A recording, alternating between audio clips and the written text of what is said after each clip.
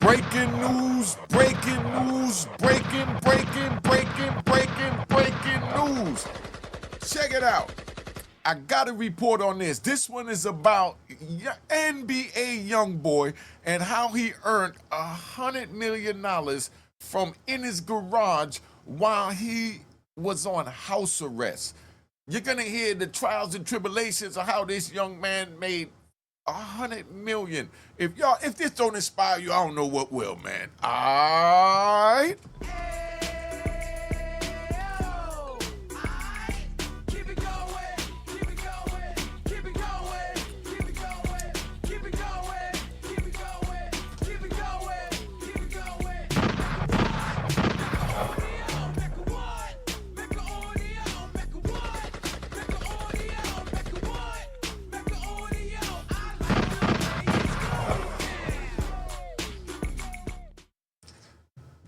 All right, you know what it is, unique Mecca audio, man. We're going to play with this one. We're going to get right into it, man, because I found this story really amazing, and I want to show inspirational story. This is a young brother that was in the hood, in the streets, into all kinds of mayhem, and he turned his life around. He was on house arrest, tried to find his way. He got lost, got caught up on writing prescriptions to, to get the drugs that they using. Now, just pay attention to this, man. All right, what we doing? We riding. Last year, while most 24-year-olds were worried about student loans and entry-level jobs, NBA Youngboy made $100 million from his garage while on house arrest. Let that sink in for a minute, fam. $100 million from a garage while legally not allowed to leave his house. How does a kid from North Baton Rouge who dropped out of school in 9th grade become the youngest rapper in history to generate this kind of wealth? And why? All right, y'all put it in the comments. What do you think he did? And how did he do it in order to generate $100 million in 1 year from in his garage while he was on house arrest? Why does he release more music than artists with entire teams behind them? It's your boy, and today we're breaking down the most insane work ethic and money-making machine in hip-hop history. Hi, I'm back with another deep dive documentary. Hi, I'm back with another investigation into what happens when raw talent meets unstoppable drive. Today we're diving into the story of Kentrell Deshaun Gaulden, better known as NBA Youngboy, and how he built a $100 million empire before he could legally rent a car. To understand how NBA Youngboy became the youngest rapper to make this kind of money, you got to understand where he came from. We're talking about North Baton Rouge, Louisiana, specifically North 38th Street and Chippewa Street. This ain't just any hood, gang. This is one of the most dangerous areas in one of the most dangerous cities in America. The murder rate in Baton Rouge is consistently among the highest in the nation, and North Baton Rouge is where most of that violence goes down. Born Kentrell Deshaun Gaulden in 1999, Youngboy came into this world already fighting against impossible odds. His father, Jeffrey Tate, wasn't in his life growing up because he had been sentenced to 55 years in prison when Youngboy was just 8 years old. This wasn't... See, I got life plus 20 when my son was 8 years old. And now he's a medical doctor. It goes to show, even though we screw up our lives, our kids could, they use our mind in a different frame based on what's around them and what they seek. But we ride. Wasn't some minor charge either. His pops had been convicted of armed robbery and attempted first-degree murder after shooting a store clerk during a robbery at Al's convenience store on North Sherwood Forest. My daddy got 55 years when I was 8, Youngboy would later rap, and that line hits different when you understand the full context. His father wasn't just absent, he was locked away for what was essentially a life sentence, leaving Youngboy to navigate the streets without any male guidance. But the tragedy didn't stop there. Youngboy's uncle on his mother's side, Andy Golden, was also deep in the streets. Andy was known as a prolific robber in Baton Rouge, but his story ended even worse than Youngboy's father. You see what they just said? They just said, right? Make sure you hit that like button and hit the notification button, please, because they haven't been notifying people about the videos. But they just said that his daddy was a stick-up kid, and his uncle on his mama's side. So that means that both bloodlines, is gangster. And I'm gonna let you rat bastards put in the comment, oh, he's praising stick-up kid, yo, in the hood. Yes, they get praise. All right. During a robbery attempt, Andy was shot in the head and killed. Youngboy would later reference this in multiple songs, rapping about how his uncle got shot in the head and died while hitting a lick. Think about this for a second. By the time Youngboy was 8 years old, his father was serving 55 years and his uncle was dead from street violence. That's the kind of trauma that would break most kids, but for Youngboy, it became fuel for something bigger. His mother, Shirhonda Galden, was trying to hold everything together, but she couldn't be everywhere at once. So Youngboy was initially raised by his grandmother, Alice Golden, who became his protector and the most important person in his young life. In a 2023 Billboard interview, Youngboy called his grandmother his protector, and you could hear the pain in his voice when he talked about losing her. When his grandmother passed away, Youngboy's world completely fell apart. With his father locked up, his uncle dead, and his grandmother gone, he ended up in a group home. And Now, I want y'all to understand this, right? And put it in the comments, right? I want y'all to understand this, that what we're hearing here is a young man that's creating trauma. His life has been created by trauma. Lost his father, lost his uncle, lost his grandmother, and then you're gonna hear about an accident that he had where he broke his neck. That's 4 traumatic experiences for a young man 8 years old to begin experiencing, to take into adulthood, and for him to turn into the mogul that he has become. All right. And this is where the story gets really dark, because the group home wasn't some safe haven. It was another dangerous environment where Youngboy faced physical abuse and bullying. I had to fight for survival as a child, Youngboy would later explain in interviews. The experience of being targeted and abused in the group home forced him to develop a dark, violent side just to protect himself. This wasn't a choice, it was survival. But here's what makes Youngboy's story different from other rappers who came up in similar situations.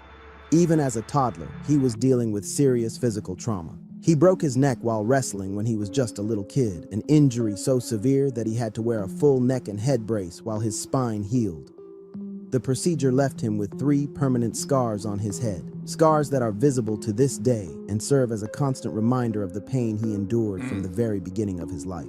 The streets of North Baton Rouge weren't just dangerous for adults, they were claiming kids too. When Youngboy was just 10 years old, he lost one of his closest friends to gun violence. David Cobb, known as Lil Dave, was 16 when he was shot in the spine at a memorial picnic that was supposed to honor teens who had lost their lives to gun violence. The irony was devastating. Dave was killed at an event meant to prevent exactly what happened to him. Dave was killed by a chopper, Youngboy would later rap, and the loss of his friend at such a young age turned his heart cold. In his songs, he talks about how Lil Dave taught him how to smoke, shoot dice, and get money for sneakers. That's 5 traumatic experiences we're hearing about. We're going to speak about this at the end. Put it in the comments. What do you think about a young man going through 5 traumatic experiences, such as losing his father, losing his uncle to a bullet in the head, losing his grandmother, breaking his spine, and then now losing one of his friends at 10 years old? Somebody explain this to me. You tell me that this is not trauma. Put it in the comments, man. We need to know. All right? Losing someone who was like a big brother to him when he was just 10 years old planted seeds of darkness that would influence his music for years to come. By the time Youngboy was in 9th grade, the combination of trauma, loss, and street influence had completely derailed his education. He dropped out of school and started robbing people, following in the footsteps of his father and uncle.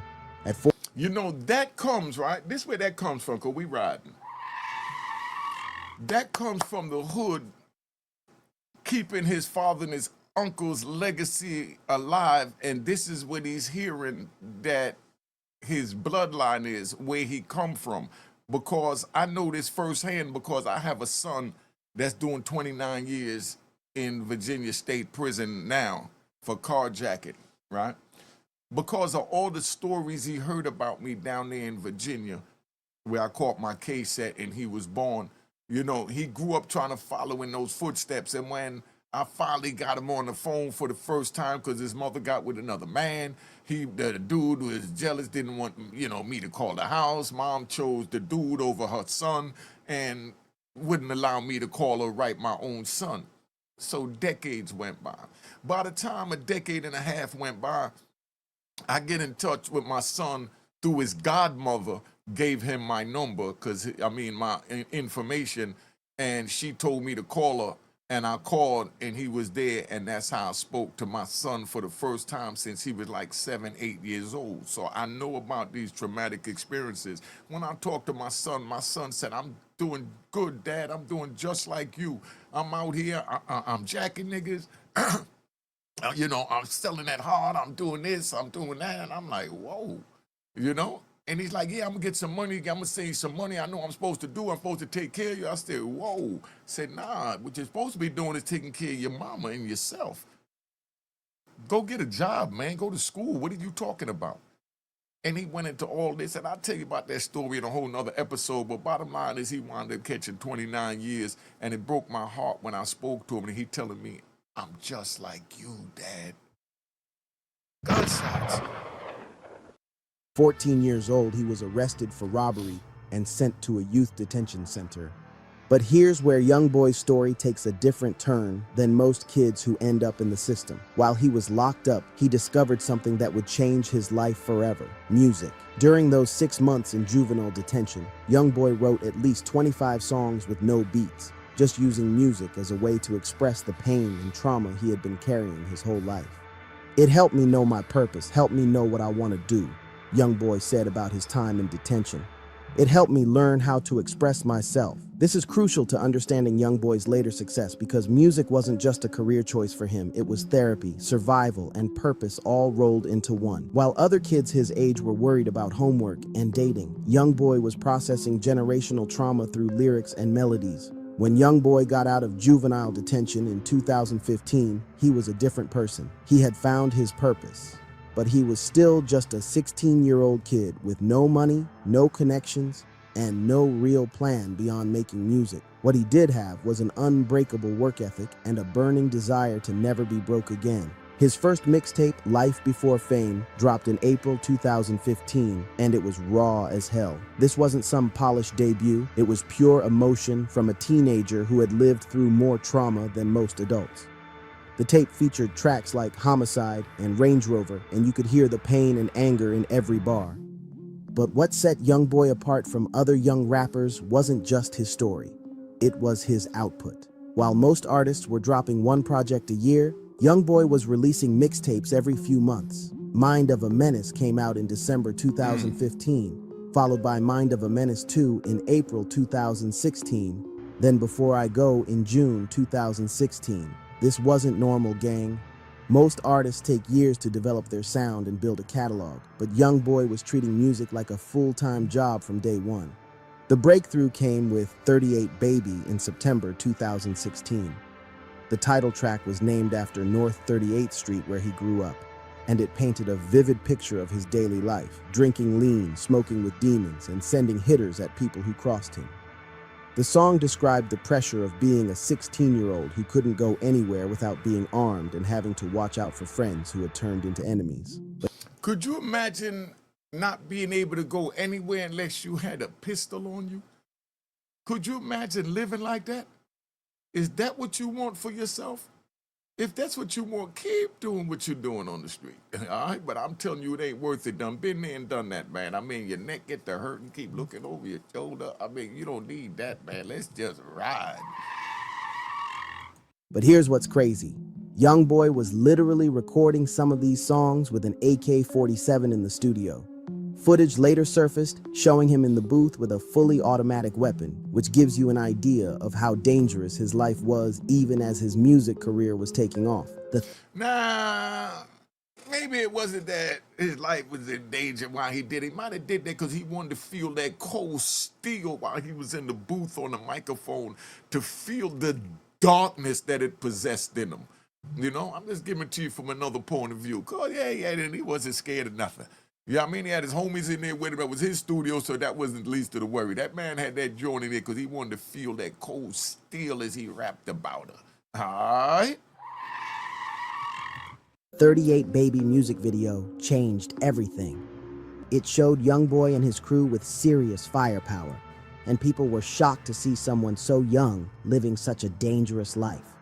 The video has over 100 million views today, but more importantly, it caught the attention of established artists who recognized Youngboy's talent. Kevin Gates, one of Louisiana's biggest rap stars, was so impressed that he not only featured on the 38 Baby mixtape, but got a portrait of Youngboy tattooed on his leg. Boozy Badass invited him to collaborate on My Little Son, and 21 Savage jumped on a remix of Murder. These weren't just cosigns, they were validations from artists who understood what real street credibility looked like. But while Youngboy was building his music career, he was also dealing with serious legal issues. The same street life that gave him credibility in his music was creating problems that threatened to derail everything he was building. By 2017, he was facing multiple charges and the possibility of serious prison time. This is where most young artists would have slowed down or tried to clean up their image. But Youngboy did the opposite. He doubled down on his music output. Even while dealing with legal issues, he was releasing project after project, building a fan base that was more loyal than anything the industry had seen in years. What separates NBA Youngboy from every other rapper in the game isn't just his talent, it's his absolutely insane work ethic. We're talking about an artist who treats music like other people treat breathing. According to DJ Academics, who has inside knowledge of Youngboy's operation, his daily routine is something that would break most people. He does the show, does about like 2 hours. He shoots a video before the show and after the show. If he's not shooting a video after the show, he's recording music after the show. The show always goes on for him, man. So that work ethic is still there, Academics explain. Think about that for a second. Youngboy performs a 2-hour show, then shoots a music video, then goes to the studio to record more music. That's not a special occasion. That's his regular routine. While other artists are partying after shows or taking breaks between projects, Youngboy is creating more content. This work ethic isn't just impressive, it's the foundation of his entire business model. In an era where streaming pays fractions of what physical sales used to generate, Youngboy figured out that the key to making real money was volume. If one song makes you $10,000, then 100 songs make you $1 million. It's simple math, but most artists don't have the discipline to execute it. The numbers back this up. Youngboy has released more music in the past 5 years than most artists release in their entire careers. We're talking about dozens of mixtapes, albums, and collaborative projects. His YouTube channel has billions of views and his streaming numbers are consistently among the highest in hip-hop. But the work ethic goes deeper than just recording music. Youngboy shoots his own videos, manages his own social media, and maintains direct communication with his fan base. He's not just an artist, he's a content creation machine that never stops producing. The house arrest empire. In 2021, Youngboy's legal troubles caught up to him in a major way. He was arrested on federal charges and eventually placed on house arrest while awaiting trial. For most artists, this would have been career suicide. You can't tour, you can't do shows, you can't even leave your house to shoot music videos. But for Youngboy, house arrest became the foundation of the most profitable period of his career. According to DJ Academics, who has inside sources close to Youngboy's operation, 2023 was the year everything changed financially. Allegedly, Youngboy made last year $100 million, Academics revealed. So if you ask my man OG3, which is a guy when I was there, he was like, yo, we call him 100 mil out of the garage. So basically in 2023, he made $100 million just making videos in his garage. $100 million from a garage while on house arrest. Let that sink in, because this is unprecedented in hip-hop history. No artist has ever generated this kind of revenue while being legally prohibited from leaving their house. But how did he do it? According to Academics' breakdown, the money came from multiple sources. Apparently, he sold part of the catalog that he owned for about like 35 million. He signed another contract worth about 30 to 40 million with Capitol. And then he did a few other deals, I won't talk about those. And then there was royalty also from his recordings that he already had. The catalog sale was particularly smart business. Youngboy had been independent for most of his career, which meant he owned his masters, the rights to his recordings. When streaming numbers and fan loyalty proved his long-term value, he was able to sell a portion of his catalog for massive money while still retaining ownership of future releases. The new deal with Capitol Records was reportedly worth $30 to $40 million. but it wasn't a traditional record deal. Youngboy maintained significant control over his music and release schedule, which allowed him to continue his high-output strategy while having major label resources behind him. But the most impressive part of the house arrest period wasn't just the money. It was how Youngboy turned a legal restriction into a creative advantage. Unable to leave his house, he converted his garage into a professional studio and video production facility. He was shooting multiple music videos per week, Smart. all from the same location, but making each one look different through creative direction and post-production. The content was connecting with fans on a deeper level because it felt more intimate and personal. Instead of expensive locations and elaborate setups, Youngboy was giving fans a direct look into his daily life while on house arrest. The authenticity was undeniable, and the output was constant. Understanding Youngboy's drive to make money requires understanding his family situation. At just 25 years old, Youngboy has 12 children with multiple women. Whoa. For most people, this would be seen as a burden or a mistake, but for Youngboy, his kids are his primary motivation for everything he does. "I got 12 kids to feed," Youngboy has said in multiple interviews. And What do you think about that? A 25-year-old with, 11, 12 kids? Put it in the comments. I want to hear what the women have to say about this. And I definitely want to hear what the brothers got to say. Well, how we going to do that? We're going to put it in the comments. All right? Make sure you put it in the comments. Please, I got to hear what you think about a 25-year-old with 11, 12 kids. I got one of my homies, because we riding, quick ride. I got one of my homies on the Ave. He got like 22 kids. But I was going 26 years. I only got 9. You know, but and that was at 29. I made 9 in 29 years. But we talking about right now, we got a young man, 25 years old with 11 or 12 kids. For me at my age now, looking back at it, you know how I feel about it. If you want me to tell you how I feel about it, let me know and I'll do a short on it or something. But I want to know how you feel about a 25-year-old young man with 11 kids and multiple baby mothers, from the men and the women. And this isn't just a throwaway line. It's the driving force behind his entire career. When you're responsible for 12 children, plus their mothers, plus extended family members who depend on you, the pressure to generate income is enormous. But it's not just about basic needs like food and shelter. Youngboy wants to provide his children with opportunities he never had. He wants them to go to good schools, live in safe neighborhoods, and never have to worry about money the way he did growing up. That level of financial responsibility requires the kind of income that most people can't even imagine.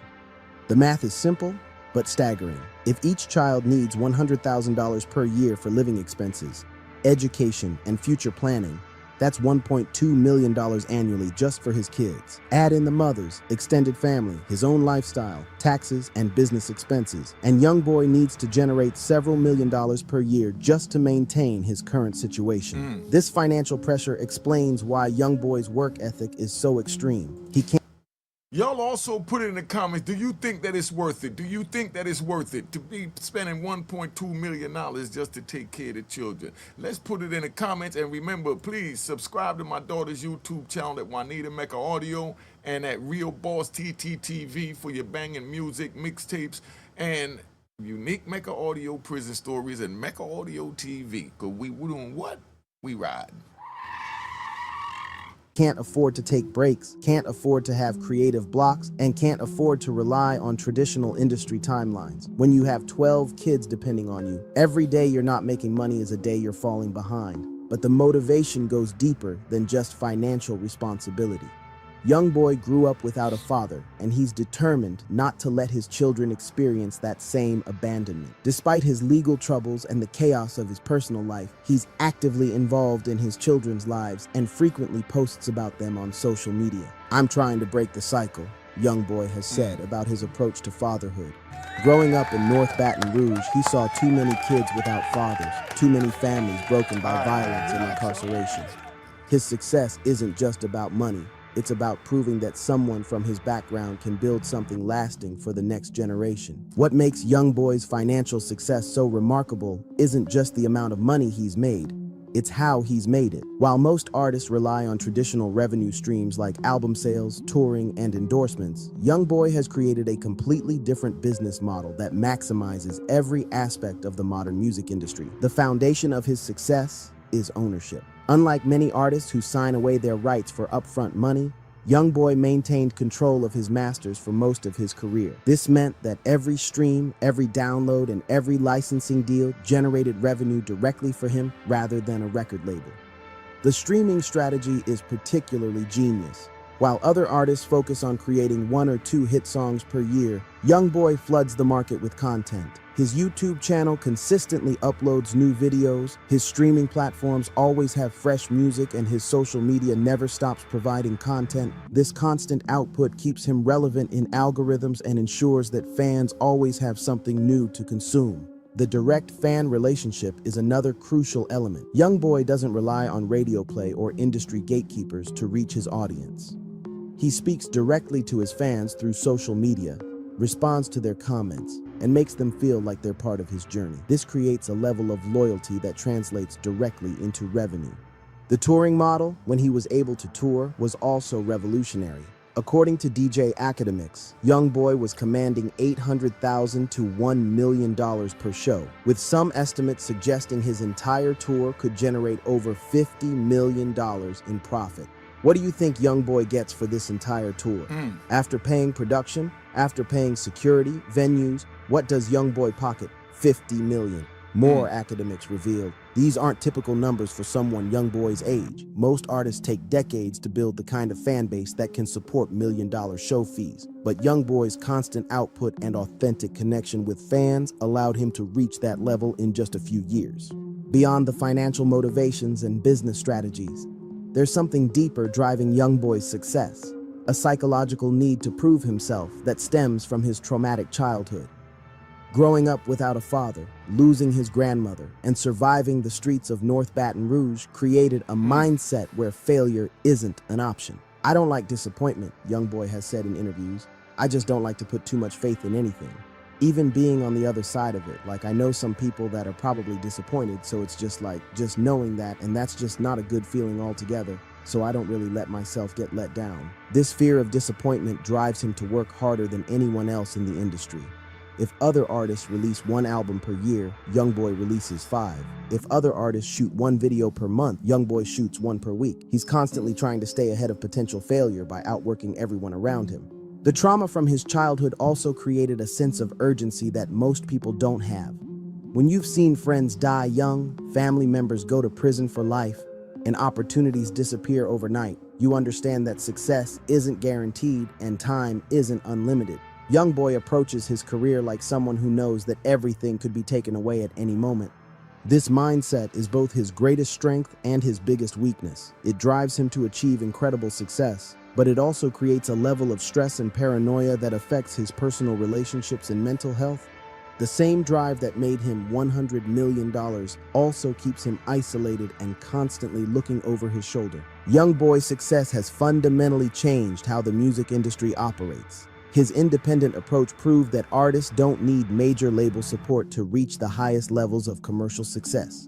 His streaming numbers consistently compete with or exceed those of artists with massive industry backing, and his fan base is more engaged than most mainstream acts. The work ethic he's demonstrated has also raised the bar for other artists. In an era where many rappers release music sporadically and take long breaks between projects, Youngboy's constant output makes other artists look lazy by comparison. Fans now expect more frequent releases, more direct communication, and more authentic content from their favorite artists. The financial model he's created has also influenced how other young artists approach their careers. The importance of owning your masters, maintaining direct fan relationships, and maximizing streaming revenue has become standard advice for new artists entering the industry. But perhaps most importantly, Youngboy's success has proven that authenticity still matters in hip-hop. In an era of manufactured personas and industry plants, Youngboy's genuine connection to his background and his unfiltered approach to sharing his life has resonated with millions of fans who are hungry for something real. As of 2025, NBA Youngboy's legal situation has improved significantly. He's no longer on house arrest and has been able to return to touring and normal promotional activities. But the period of forced isolation actually strengthened his position in the industry by proving that his success wasn't dependent on traditional promotional methods. The $100 million he generated during house arrest has given him financial security that most artists never achieve. He's invested in real estate, business ventures, and his children's futures, creating multiple income streams that don't depend solely on music. But the drive hasn't diminished. If anything, his success has motivated him to reach even higher levels. He's talked about wanting to become the first rapper to generate $1 billion in career earnings, and given his track record, that goal doesn't seem unrealistic. The family motivation remains the primary driving force. With 12 children and more potentially on the way, Youngboy's financial responsibilities will only continue to grow. But he's built a business model that can scale with his needs, and his fan base continues to expand globally. Youngboy's story represents something larger than just individual success. He's proven that someone from the most disadvantaged background can build generational wealth through talent, work ethic, and smart business decisions. His success challenges stereotypes about young black men from impoverished backgrounds and shows what's possible when raw talent meets unstoppable determination. The fact that he achieved this level of success while dealing with serious legal issues also highlights the resilience required to succeed in hip-hop. Many artists have used legal troubles as excuses for career stagnation, but Youngboy turned his restrictions into advantages and found ways to thrive despite the obstacles. His approach to fatherhood, while unconventional, also represents a different model for young men in hip-hop. Instead of abandoning his children or treating them as burdens, Youngboy has made them the center of his motivation and publicly embraced his role as a provider and protector. The most important lesson from Youngboy's story is about the power of consistency and authenticity. While other artists chase trends or try to manufacture viral moments, Youngboy has built his success on consistently delivering authentic content that connects with his audience. The work ethic he's demonstrated is also a lesson for anyone trying to achieve success in any field. The willingness to outwork everyone around you, to treat your craft like a full-time job, and to never be satisfied with current achievements is what separates extraordinary success from ordinary results. His business acumen, particularly around ownership and direct fan relationships, provides a blueprint for other artists who want to maximize their earning potential. The traditional music industry model is designed to benefit labels and intermediaries, but Youngboy proved that artists can capture more value by maintaining control and building direct connections with fans. Perhaps most importantly, his story shows that your background doesn't have to determine your future. Growing up in North Baton Rouge with a father in prison and surrounded by violence, Youngboy had every excuse to fail. Instead, he used those experiences as fuel for unprecedented success. The story of NBA Youngboy is ultimately about transformation, how someone can take the worst possible circumstances and turn them into the foundation for extraordinary success. Do you know someone that fit that category, that could take the worst circumstances and turn it into success? Put it in the comments. Let's hear about it. Journey from a traumatized kid in North Baton Rouge to the youngest rapper to make $100 million represents more than just financial achievement. It's proof that talent, work ethic, and authenticity can overcome any obstacle. The $100 million he made during house arrest isn't just a number. It's a statement about what's possible when you refuse to let circumstances define your limitations. While other artists were complaining about COVID restrictions and industry changes, Youngboy was adapting, innovating, and building an empire from his garage. His motivation, providing for 12 children and breaking generational cycles of poverty and abandonment, gives his success a deeper meaning than just personal wealth. He's not just building a career, he's building a legacy that will impact his family for generations. The work ethic he's demonstrated, recording music, shooting videos, and connecting with fans at a pace that would exhaust most people, has redefined what it means to be a professional artist in the modern era. He's shown that success isn't about waiting for opportunities. It's about creating them through relentless effort and consistent output. As Youngboy continues to evolve as an artist and businessman, his story serves as inspiration for anyone who has been counted out, written off, or told that their dreams are unrealistic. He's living proof that with enough determination, talent, and smart decision-making, it's possible to achieve things that seem impossible. The kid from North 38th Street who started writing songs in juvenile detention has become one of the most successful artists of his generation. But more than that, he's become a symbol of what's possible when you refuse to accept limitations and commit to outworking everyone around you. NBA Youngboy's story is still being written, but the chapters we've seen so far prove that he's not just a rapper. He's a force of nature who has fundamentally changed what success looks like in hip-hop. And at just 25 years old, with 12 kids to motivate him and an unbreakable work ethic driving him forward, his biggest achievements may still be ahead of him. The youngest rapper to make $100 million isn't slowing down. He's just getting started. And that should tell you a lot. I just wanted to share this video with you because I think this says a lot, that it don't matter our circumstances, we don't have an excuse to fail. We fail because we choose to fail. We have bad choices, bad stigma, bad everything around us, but it's up to us what we gravitate to. If we gravitate towards the negative, that's what we're going to get in return. Gravitate towards the positive, that's what you get in return. Gravitate towards putting out strong work ethics to do whatever it is that you choose to do in life legally. That's how you win. Make sure you subscribe to my daughter's YouTube channel, Juanita Mecca Audio, Real Boss TTTV for your banging mixtape. Please go to Real Boss TTTV. We trying to get my brother 1,000 subscribers. Let's get this thing moving. All right. Cheers, cheers, toast the crime, toast the crime, the crime, the crime, the crime.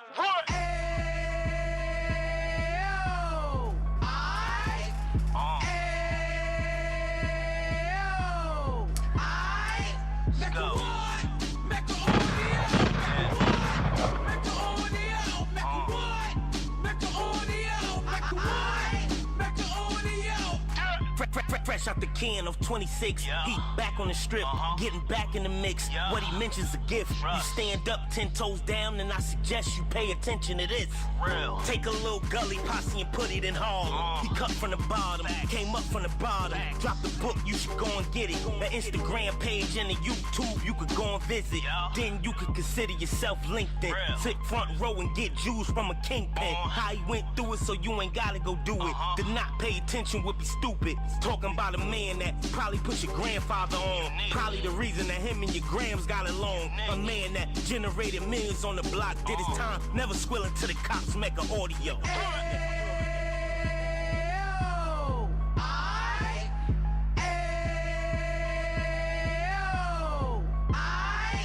Mecca what? Mecca Audio, Mecca what? Mecca Audio, Mecca what? Mecca Audio, Mecca what?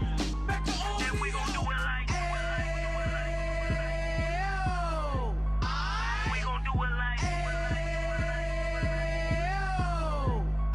we keep it moving like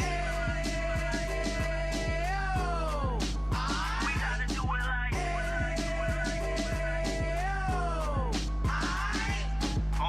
Get it live like 2 G's in the 90s. Drop top beamer so shiny. I let shorty go, she was whining. Treat her like my past, she behind me. Spin a couple bands on the dapper Dan. You be back again, getting green like a Packers fan. No cap, it's a roaring uptown. They be horn uptown, Dominican bust downs.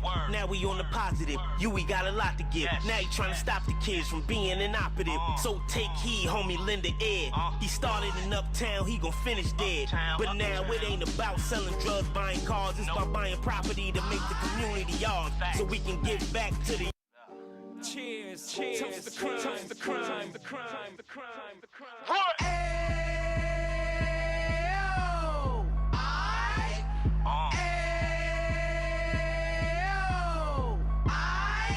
Mecca what? Mecca Audio, Mecca what? Mecca Audio, Mecca what? Mecca Audio, Mecca what? Mecca Audio. Fresh out the can of 26. He back on the strip, getting back in the mix. What he mentions a gift. You stand up 10 toes down, and I suggest you pay attention to this. Take a little gully posse and put it in Harlem. He cut from the bottom, came up from the bottom. Drop the book, you should go and get it. An Instagram page and a YouTube you could go and visit. Then you could consider yourself LinkedIn. Sit front row and get Jews from a kingpin. How he went through it, so you ain't gotta go do it. To not pay attention would be stupid. Talking about a man that probably put your grandfather on. Probably the reason that him and your grams got along. A man that generated millions on the block, did his time, never squilling to the cops, Mecca audio.